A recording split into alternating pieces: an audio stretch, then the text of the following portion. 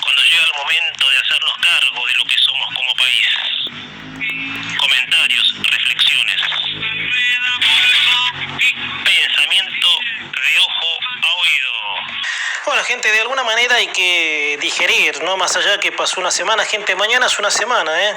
Bueno, gente, te quiero adelantar que en la próxima hora, gente, vamos a hacer un resumen, ¿sí? Con Ernesto Braguet, nuestro colaborador que nos acompañó en nuestro programa durante todo el Mundial, haciendo sus espectaculares análisis, ¿no? Y bueno, tratando de poner, bueno, aunque sea un broche, obviamente, de nuestra parte, más allá que si bien el fin de semana pasado empezamos el programa así con el resultado, bueno, que era el que muchos no queríamos, obviamente, más allá del subcampeonato, gente, porque el subcampeonato es para festejar, porque hubo festejos, pero bueno, la cosa era de que traigamos la copa, ese era obviamente el objetivo, porque, perdón, si nos ponemos a pensar, la Argentina se perfilaba para traer la Copa del Mundo. Por eso, gente, a ver, no porque hay datos para reflexionar que a mí me gustaría que escuchen lo que voy a comentar ahora, porque es un poco, obviamente, sí, el reconocer, obviamente, lo que tenemos y que el lamento no nos frustre, sí, esto lo digo de todo sentido. Bueno, gente, pasó casi una semana, ¿sí? Mañana será una semana de la final entre Argentina y España. Y la verdad, gente, muchas sensaciones han pasado. Fueron 50 días de ilusionarnos de que traeríamos la cuarta copa y no fue así. Por eso, el pitazo final del domingo en el segundo tiempo suplementario, en el cual España convirtió el gol, hubo así como una especie de opacidad en el ánimo. Se sentía, se olfateaba. A pesar que hubo festejos, que parecía que lo que venía era amargura y desesperanza, o tal vez el miedo, inconscientemente, de que hay que volver a empezar, aceptar que el Mundial terminó y seguir adelante con lo que sigue de cada uno. Porque ¿cuál es, obviamente, cuando hay un Mundial, qué pasa, no, colectivamente? Todo, obviamente, nos concentramos en apoyar una sola cosa, una misma alegría, reunirse con amigos, familiares y disfrutar de cada gambeta, de cada gol, de cada perlita que sucede en cada mundial. Entonces la carga emocional es tan, obviamente, fuerte, que vos caes y decís, bueno, la realidad está acá. ¿Cómo sigo yo desde mi fuero íntimo, con mis problemas, con mis cosas? Y eso a la selección argentina nos dejó un mensaje, obviamente. Pero en ese fin del partido con España se presentaron, a mi entender, esas dos opciones que te comenté recién. O sea, disfrutar del ejemplo que fue en todo sentido la selección, o pinchar la ilusión porque no trajeron la copa. Y a mí me parece que ese es el desafío de los próximos días. O sea, ya pasado casi una semana, casi 7 días. Mañana van a ser 7 días, ¿sí?, de aquella final. Y considerar que la selección ganó mucho más que el partido del domingo es para ver todo el positivismo que aún muchos tal vez no vemos, gente, porque me pasó. Vos me preguntás a mí, ¿te sentiste con esa desesperanza? Y sí, yo quería festejar, quería ir a las calles de Buenos Aires a festejar. Quería estar contento, sí, por algo, sí, que me reditúe una esperanza a mí. Porque eso a mí la selección me representa eso. Yo teniendo un padre futbolístico, ni les cuento, obviamente. Por eso, gente, queríamos ver a la selección, por supuesto, traer su cuarta copa y sentir el alboroto, como te decía recién, de la alegría en las calles de Buenos Aires. Pero la selección no perdió un partido, sino que ganó la admiración de todos los argentinos por las enseñanzas que nos transmitieron desde Leo Messi, jugando a los 39 años, y decir volver a intentarlo. Hasta la emoción de Scaloni y diciendo públicamente hay que respetar a los rivales. Por eso tenemos un claro mensaje de humildad, perseverancia. Destaco algo, gente, ver a Messi sentado en el césped de la cancha cuando lo ovacionaron, escuchando su nombre, y él emocionarse, porque Messi reconoció que para él es una herida muy grande, ¿sí?, que va a costar cerrar. Hablando de Messi, gente, Messi se refugió en su mansión de Rosario, ¿sí?, sin hacer más declaraciones, ¿sí? Lo que dijo no fue en el momento, pero el capitán está analizando si dejar la selección, gente que para mí no, ojalá que no lo haga, ¿no? Pero bueno, hay cierta edad para jugar en la selección y en el fútbol en general, y sería obviamente, qué sé yo, sería lamentable, ¿no?, de que termine el ciclo Scaloneta, porque muchos jugadores, hasta el Dibu Martínez dijo de que no piensa seguir. Vamos a charlar esto con Ernesto Braguet, gente, sí, en la próxima hora.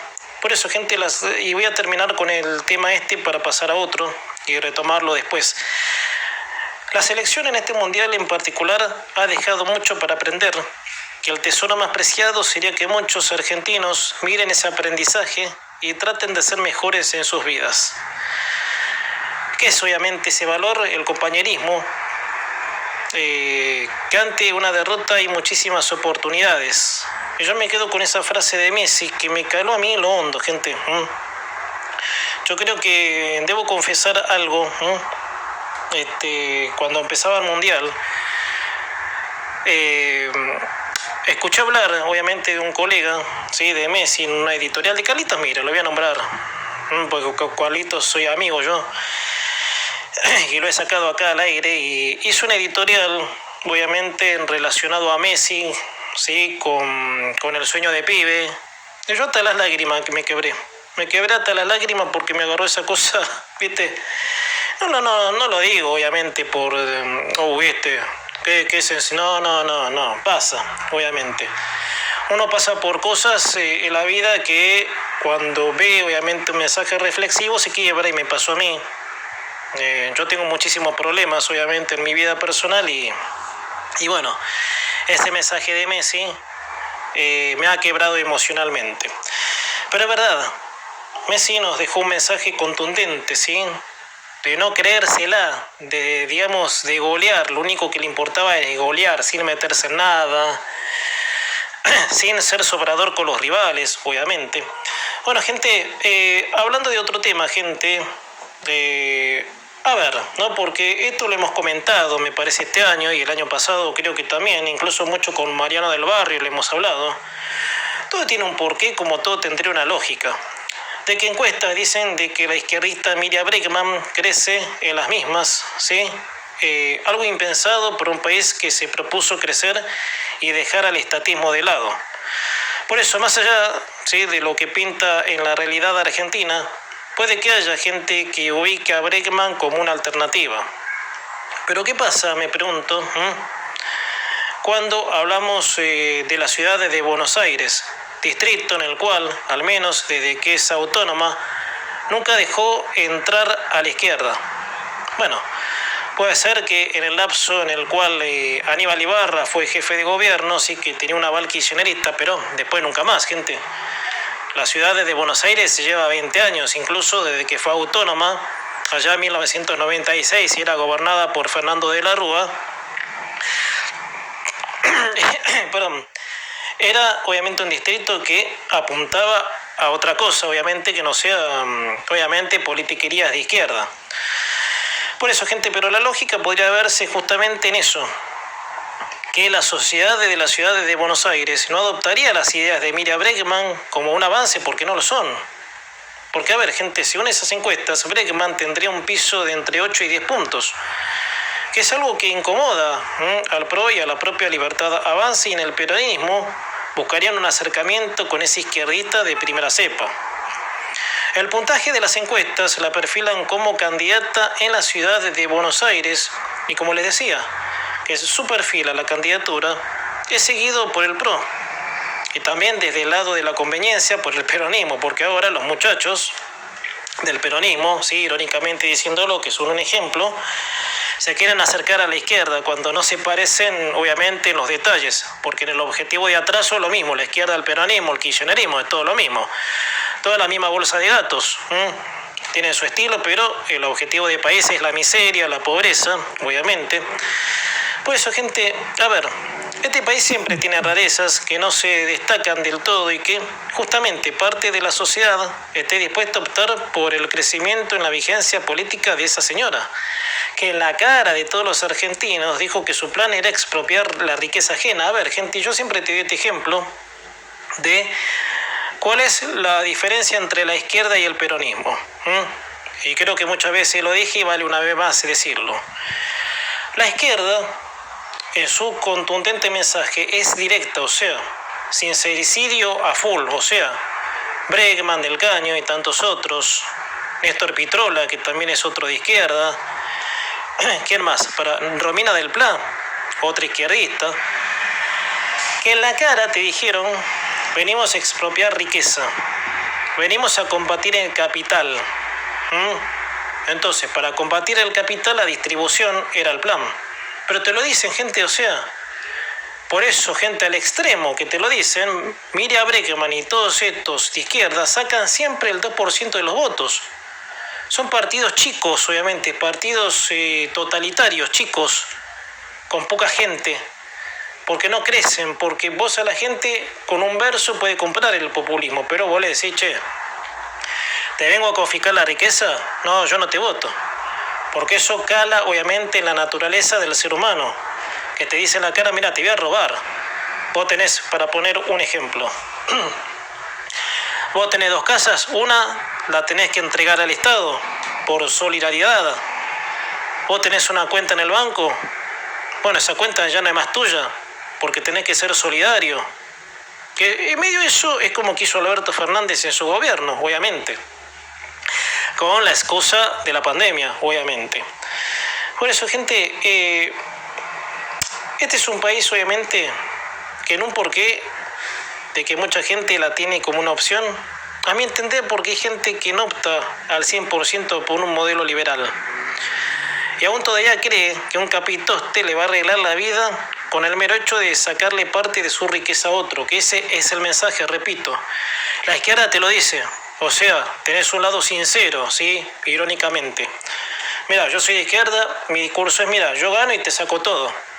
El peronismo no, el peronismo te pone la pancarta de la justicia social, de la solidaridad, ¿sí? De que el capitalista es culpable de que el pobre sea pobre. Entonces, el discurso envasado hace en que el que no se anima a tener un modelo liberal, y bueno, vamos a votar a estos. Total, el discurso es lindo, es perfecto, pero de todos modos te va a sacar lo que es tuyo, porque esos son los modelos. Gente, segundos. Ayer, gente, charlamos con Alfredo Mayra, el sociólogo, gente, porque, bueno, estamos una semana así de la finalización, y recién te lo decía, del Mundial, en donde la selección española obtuvo la Copa del Mundo, ¿sí? Por segunda vez.